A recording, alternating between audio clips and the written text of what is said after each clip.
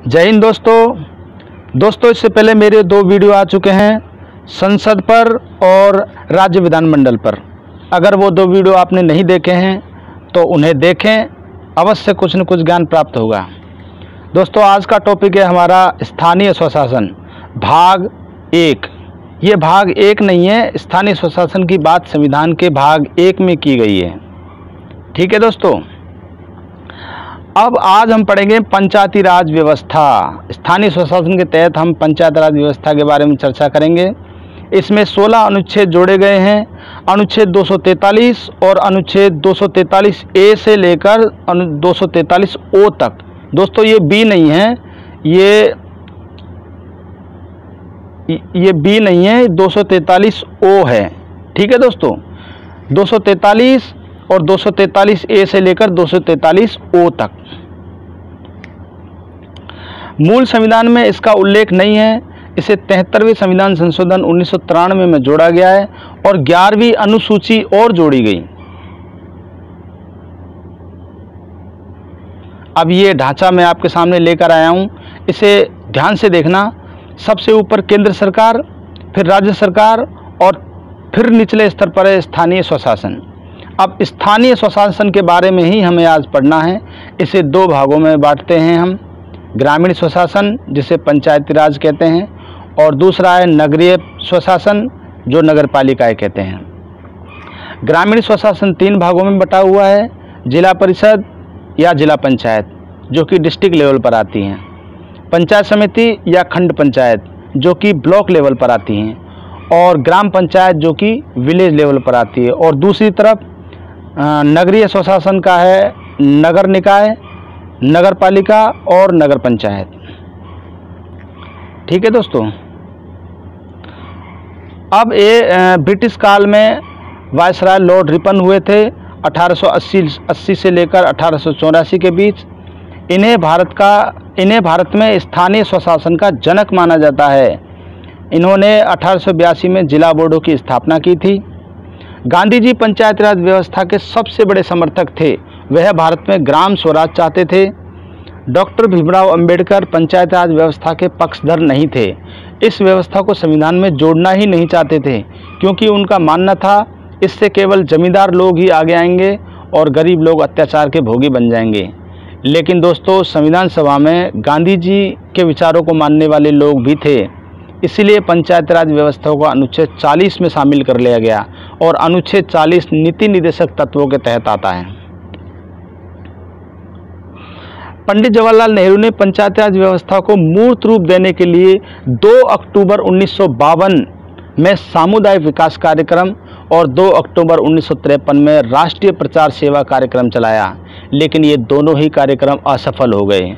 अब ये दोनों कार्यक्रम असफल क्यों हुए, इसके कारणों का पता लगाने के लिए ही 1957 में पंडित जवाहरलाल नेहरू ने बलवंत राय मेहता समिति का गठन किया। इस समिति ने 1957 के अंत में एक रिपोर्ट पेश की और रिपोर्ट में जवाहरलाल नेहरू द्वारा चलाए गए दोनों कार्यक्रमों के असफल होने के कारणों को बताया गया। इस समिति ने बताया कि जब ग्रामीण लोगों को शासन में शामिल नहीं करेंगे, मतलब जब तक हम ग्रामीण लोगों को शासन में शामिल नहीं करेंगे, तब तक कोई भी कार्यक्रम सफल नहीं हो पाएगा। मतलब जन सहभागिता बहुत ज़रूरी है। इस समिति ने कुछ सुझाव भी दिए। इन सुझावों पर हम एक एक करके चर्चा कर लेते हैं। लोकतांत्रिक विकेंद्रीकरण अपनाने का सुझाव दिया। लोकतांत्रिक विकेंद्रीकरण व्यवस्था के जनक श्री बलवंत राय मेहता को कहा जाता है। दोस्तों, लोकतांत्रिक विकेंद्रीकरण क्या होता है? विकेंद्रीकरण का मतलब होता है शक्तियों को बांटना, केंद्रीकरण ना करके उसको विकेंद्रीकरण करना, यानी शक्तियों को बांटना। इन्होंने त्रिस्तरीय पंचायत राज व्यवस्था का सुझाव दिया। पहला है जिला पंचायत या जिला परिषद, जो कि डिस्ट्रिक्ट लेवल पर आती है। दूसरा है पंचायत समिति या जनपद पंचायत, जो कि ब्लॉक स्तर पर आती है। और तीसरा है ग्राम पंचायत, जो कि विलेज लेवल पर आती है। भारत सरकार ने इस समिति की सिफारिशों को स्वीकार कर लिया और राज्यों को प्रेरित किया कि वह अपने अपने राज्यों में पंचायत राज व्यवस्था को लागू करे, लेकिन यह आवश्यक नहीं था। दोस्तों ये मैंडेटरी नहीं था कि प्रत्येक राज्य को ये व्यवस्था लागू करनी आवश्यक है, इसलिए राज्य सरकारों ने इस व्यवस्था में कोई दिलचस्पी नहीं दिखाई। राजस्थान पहला राज्य था पंचायत राज व्यवस्था को लागू करने वाला। राजस्थान में 2 अक्टूबर 1959 में नागौर जिले के बगतरी गांव से इसकी शुरुआत की गई। राजस्थान में 2 अक्टूबर को की गई और ठीक हमारे 9 दिन बाद 11 अक्टूबर को 1959 में आंध्र प्रदेश ने भी इस व्यवस्था को अपने राज्य में लागू कर दिया, लेकिन ये व्यवस्था आवश्यक नहीं होने की वजह से पूरी तरीके से सफल नहीं हो पाई। 1977 में मोरारजी देसाई की सरकार द्वारा अशोक मेहता समिति का गठन किया गया। इस समिति ने द्विस्तरीय पंचायत राज व्यवस्था का सुझाव दिया। देखिए दोस्तों, बलवंत राय मेहता समिति ने तो त्रिस्तरीय पंचायत राज व्यवस्था की सिफारिश की, लेकिन अशोक मेहता समिति ने द्विस्तरीय पंचायत राज व्यवस्था की सिफारिश की। इसमें बताया गया कि पहला जिला परिषद या जिला पंचायत जो कि डिस्ट्रिक्ट लेवल पर होती थी, और पंचायत समिति या जनपद जो कि ब्लॉक लेवल पर होती थी। इसका कार्यकाल 4 वर्ष रखने की बात कही गई। इसमें कर लगाने की बात कही गई। दोस्तों, इसमें कहा गया कि पंचायत राज व्यवस्था को भी कर लगाने का अधिकार दिया जाए। पंचायतों में इसके लिए पंचायतों के लिए अलग वित्त आयोग की व्यवस्था की जाए। ST/SC को आरक्षण देने की बात कही गई। ग्राम पंचायत के गठन का भी सुझाव दिया गया। अब नोट है यहाँ पर, 1979 में मोरारजी देसाई की सरकार गिरने के बाद इसकी सिफारिशों को स्वीकार नहीं किया गया। इसके बाद 1985 में GV राव समिति बनाई गई। दोस्तों, इसमें सिर्फ आपको इतना याद रखना है कि 1985 में GV राव समिति बनाई गई, बस, इसमें कुछ ज़्यादा खास नहीं है। फिर इसके बाद 1986 में राजीव गांधी सरकार द्वारा LM सिंघवी समिति का गठन किया गया। इस समिति ने भी पंचायत राज व्यवस्था को संवैधानिक दर्जा देने की बात कही।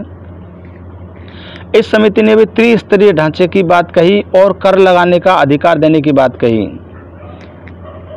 इनका चुनाव कराने के लिए राज्य चुनाव आयोग का गठन करने की भी सिफारिश की गई। इस समिति ने भी ग्राम न्यायालय के गठन का सुझाव दिया। दोस्तों, इस समिति ने कहा कि गाँवों में ग्राम न्यायालय होने चाहिए ताकि गाँवों की बात या फिर गाँवों के मामले वहीं पर सुलझा लिए जाएं। और ग्राम न्यायालय कैसे बनाया जाएगा, यानी कुछ गाँवों को मिलाकर, जैसे 10-15 गाँवों को मिलाकर ग्राम न्यायालय बनाने की सिफारिश की गई। 1988 में राजीव गांधी सरकार द्वारा PK थुंगन समिति का गठन किया गया। इस समिति ने भी पंचायती राज व्यवस्था को संवैधानिक दर्जा देने की बात कही। इस समिति द्वारा महिलाओं, ST/SC और OBC को आरक्षण देने का सुझाव दिया गया। दोस्तों, ये संरक्षण नहीं है, ये आरक्षण है। राज्य वित्त आयोग के गठन का सुझाव दिया। इसका कार्यकाल 5 वर्ष होना चाहिए, यानी पंचायती राज व्यवस्था का कार्यकाल 5 वर्ष होने के का सुझाव दिया PK थुंगन समिति द्वारा।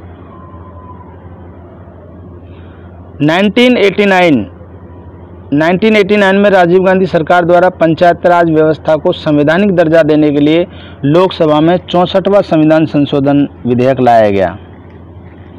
यह विधेयक लोकसभा से तो पारित हो गया, लेकिन राज्यसभा से पारित ना हो सका। इसके बाद राजीव गांधी की सरकार गिर गई। इसके बाद VP सिंह की सरकार के द्वारा कोशिश की गई इस व्यवस्था के लिए।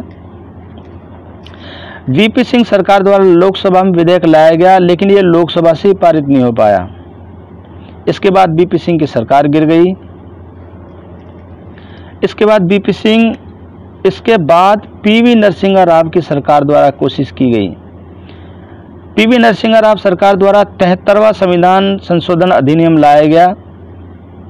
अब देखो, इस 73वें संविधान संशोधन 1993 की कुछ तारीखें हैं। इन तारीखों को याद रखना बहुत ज़रूरी है दोस्तों, क्योंकि किसी न किसी एग्ज़ाम में इनसे प्रश्न पूछ लिया जाता है।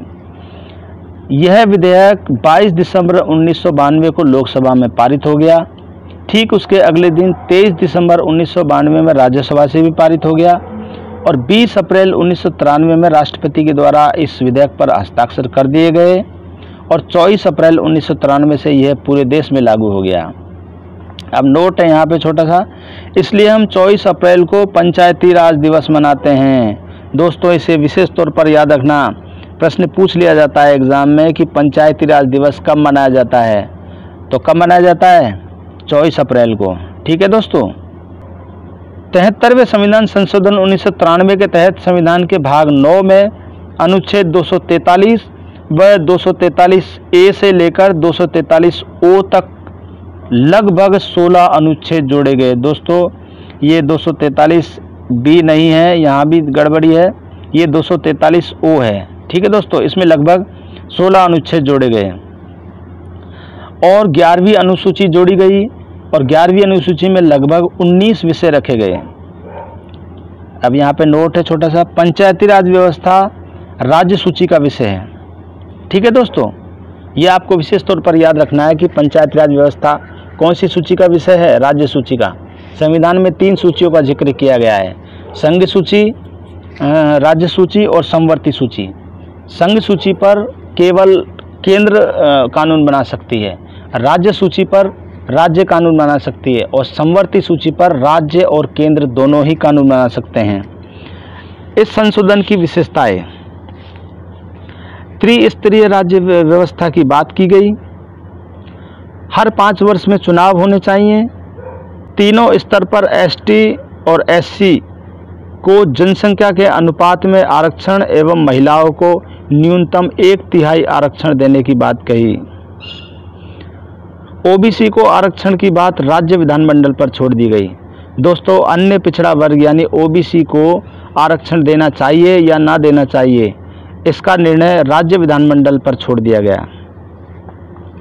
राज्यपाल द्वारा 5 वर्ष में एक बार राज्य वित्त आयोग का गठन किया जाएगा। हर गांव में ग्राम सभा का गठन किया जाएगा। दोस्तों पंचायती राज व्यवस्था में सबसे निम्न स्तर पर क्या आता है? ग्राम सभा। ग्राम सभा के बारे में बात कर लेते हैं। गांव के उन लोगों का समूह जो उस गांव के पंजीकृत मतदाता हैं। ठीक है दोस्तों, अब प्रश्न आ जाए ग्राम सभा क्या कहलाती है? तो ग्राम सभा में वे सभी पंजीकृत मतदाता आते हैं जिनका नाम वोटर लिस्ट में है।